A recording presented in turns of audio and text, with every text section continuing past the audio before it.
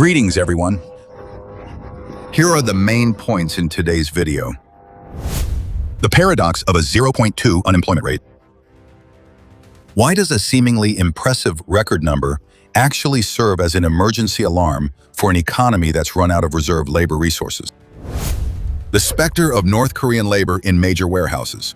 The truth behind the long lines of female workers with student visas, living under strict surveillance and having up to 90% of their income confiscated to be sent to Pyongyang's treasury. The balance sheet between Putin and Kim Jong-un. How Russia's thirst for artillery shells, soldiers, and cheap labor has led to North Korea receiving nuclear technology secrets, missiles, and billions of dollars in foreign currency. The logistical inferno and financial blow. Ukraine's relentless attacks on key logistics centers have triggered a risk of cascading defaults, directly threatening Russia's state banking system. The collapse of the illusion of a safe rear area. When Russia's largest e-commerce empire has to quietly plan evacuation routes and move warehouses to neighboring countries to avoid drone attacks. Welcome to the Luan Banxian Su's analysis program. Before we get into the details, please take a few seconds to like the video and subscribe to support the channel. Thank you, dear audience. Putin is helplessly importing 5,000 slaves from North Korea to address the shortage of 2.5 million workers. Ladies and gentlemen, beneath the intense warfare in Eastern Europe lies a silent but highly dangerous crisis at the heart of the Kremlin's leadership. A difficult problem that even President Vladimir Putin seems completely powerless to solve. Many people assume that the greatest pressure of this conflict lies only on the front lines, but the harsh truth runs much deeper than that. The documentary footage showing groups of people stepping off buses and entering warehouses is not footage of a militia or reinforcements. Those are actually imported laborers brought in from North Korea to keep Whiteberries running. The Kremlin, which once prided itself on the abundant workforce of a superpower, now has to rely on hired labor from Kim Jong-un's regime just to keep the economy from stagnating. Russia is experiencing the most severe labor shortage in its modern history, with a record gap of up to 2.5 million workers. Public attention was drawn to these strange figures from the start. In 2025, at the large distribution centers in Elixirto and Ryazan, near Moscow, local workers began sharing unusual videos in internal chat groups. They recorded images of East Asian women in the distinctive purple uniforms of Quay, moving in closed groups and absolutely not communicating with anyone. When these videos flooded Telegram channels, rumors quickly spread that Whiteberries had secretly recruited hundreds of North Korean workers. However, official data from the Russian Ministry of Education points to a contradictory reality. Only about 130 North Korean students are actually studying at Russian universities. This huge discrepancy of thousands of people has been clarified by South Korean intelligence, which reports that there are currently about 15,000 to 40,000 North Korean workers quietly working across Russia, and this number is expected to soon reach 50,000. The answer was revealed by witnesses working at Quay, who provided information to the independent media channel VCHKO. Isolated, unable to talk with local colleagues, their salaries are less than half of what local workers earn, even though they work on the same packaging line. Only about $44 for a single shift at. Trong khi công nhân Nga nhận từ 88 đến 100 đô la. Providing a channel for communication. Và Bình Nhưỡng không phải là điều mới mẻ. It originally stems from the 1967 logging agreement during the Soviet era. For decades, there have always been between 15,000 and 30,000 North Korean workers diligently working in the vast taiga forests of Siberia. The first large labor camp at that time was built right on the site of an old re-education camp. All activities were conducted under military discipline and strict North Korean agent supervision. They could only go out in groups and were strictly banned from contacting locals. Let's look at a figure that the Kremlin constantly flaunts as a brilliant achievement. The unemployment rate in Russia has hit a historic low at only 2%. Those seemingly dreamlike numbers are not a victory anthem, but rather an urgent alarm bell. An extremely low unemployment rate means that the entire available workforce has been exhausted, leaving the economy completely devoid of any reserve labor force. The employment rate has reached its peak, and the entire workforce bitterly realizes that never before in history has the economy faced such a severe labor shortage. With a record gap of 2.5 million vacancies and the situation growing darker by the day. The Russian Ministry of Labor forecasts that by 2032, the economy will need up to 12.2 million new workers, an impossible figure for a country that is bleeding manpower. Where does this labor shock come from? The answer lies in the loss of lives and the fractures in the social structure caused by the war. According to grim estimates from the Center for Strategic and International Studies, ZS, based in Washington, by the beginning of this year, the war in Ukraine had drained Russia. About 1.22 million casualties, including up to 325,000 soldiers killed. Hundreds of thousands of young intellectuals and skilled workers have left the country to avoid partial mobilization. Meanwhile, stricter entry policies and a harsher living environment have greatly reduced traditional migrant labor from Central Asia. The most devastating blow is actually the demographic collapse that had been quietly happening even before the war. In just the 7 years before the war broke out, Russia's working-age labor force had shrunk by nearly 5 million people. The delayed consequences from the empty childbearing decade of the 1990s are now showing up as unfilled shifts in factories. Facing this life-or-death deadlock, the government hurriedly reduced the list of heavy occupations previously banned for women to bring female workers in as replacements. The defense industry uses sky-high salaries to drain skilled workers from the civilian sector, pushing civilian industries into turmoil. Even the country's largest tank manufacturer once had to put workers on leave en masse, while Russia's largest car manufacturer had to reluctantly switch to a 4-day workweek. In that bleak, desolate scene, buses of young North Korean female workers drove into the heart of the logistics machine. Finding local workers for a massive logistics empire like Quay Whiteberries is now both extremely difficult and expensive. Meanwhile, the disciplined, cheap, and obedient labor force from Kim Jong-un's regime is the perfect fit to fill this deadly gap.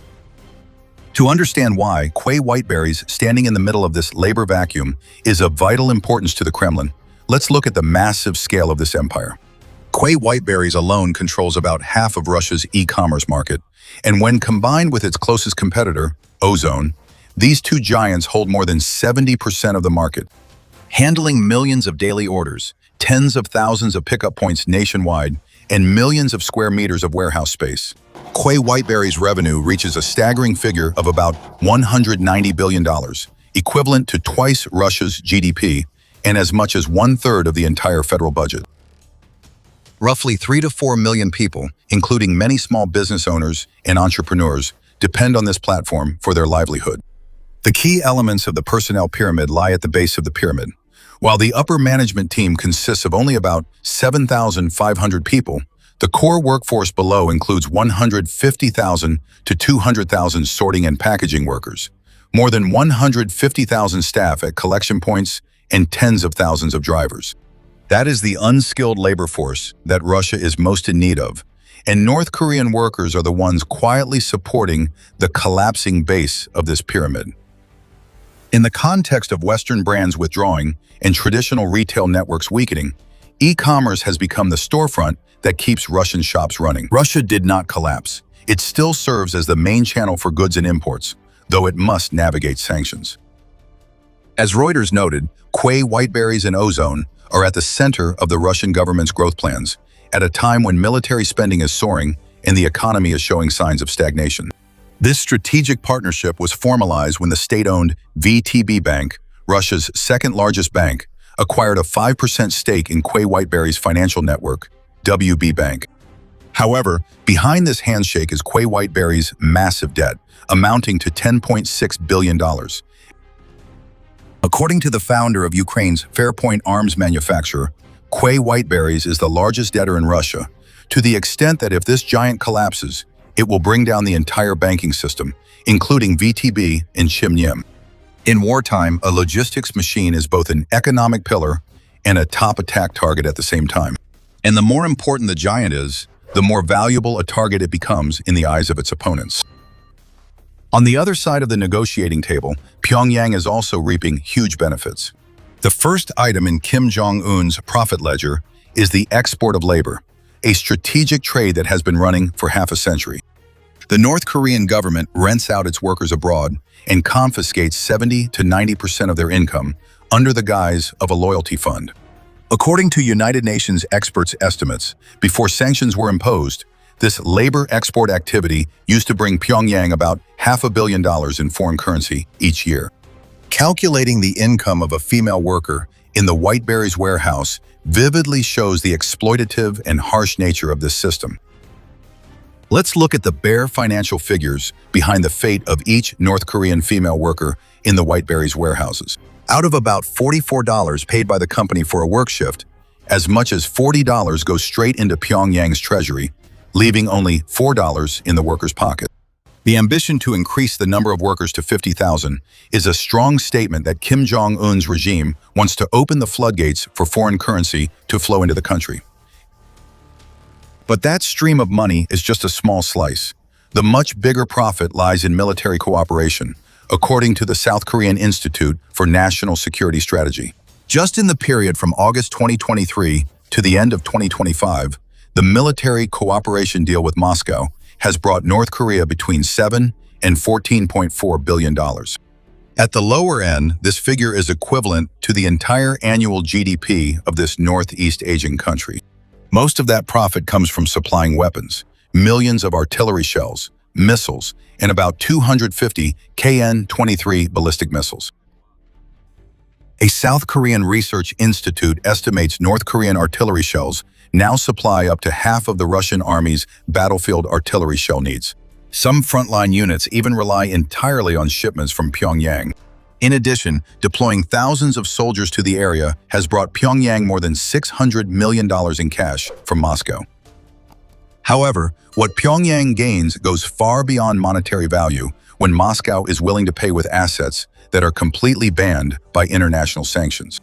Russia regularly supplies oil and food aid beyond UN limits and offers technical support for North Korea's satellite, missile, air defense, and submarine programs, along with alleged technology and nuclear engine transfers.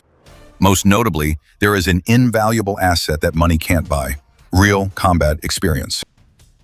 According to the Ukrainian Military Intelligence Agency, one of the ultimate goals of the North Korean military when participating in this conflict is to master the art of modern warfare, especially drone warfare, where soldiers who return are immediately appointed as instructors back home. Even more astonishing, the flow of technology is no longer one way. Ukrainian military intelligence has discovered that Russia has begun integrating technical solutions from North Korean engineers into its own Iskander ballistic missile line. On the other side, Vladimir Putin's balance sheet is also filled with vital assets: ammunition to keep the front lines from collapsing, military forces to make up for the tremendous losses on the battlefield, and a supply of cheap, disciplined, non-union labor to keep the wheels of the economy turning.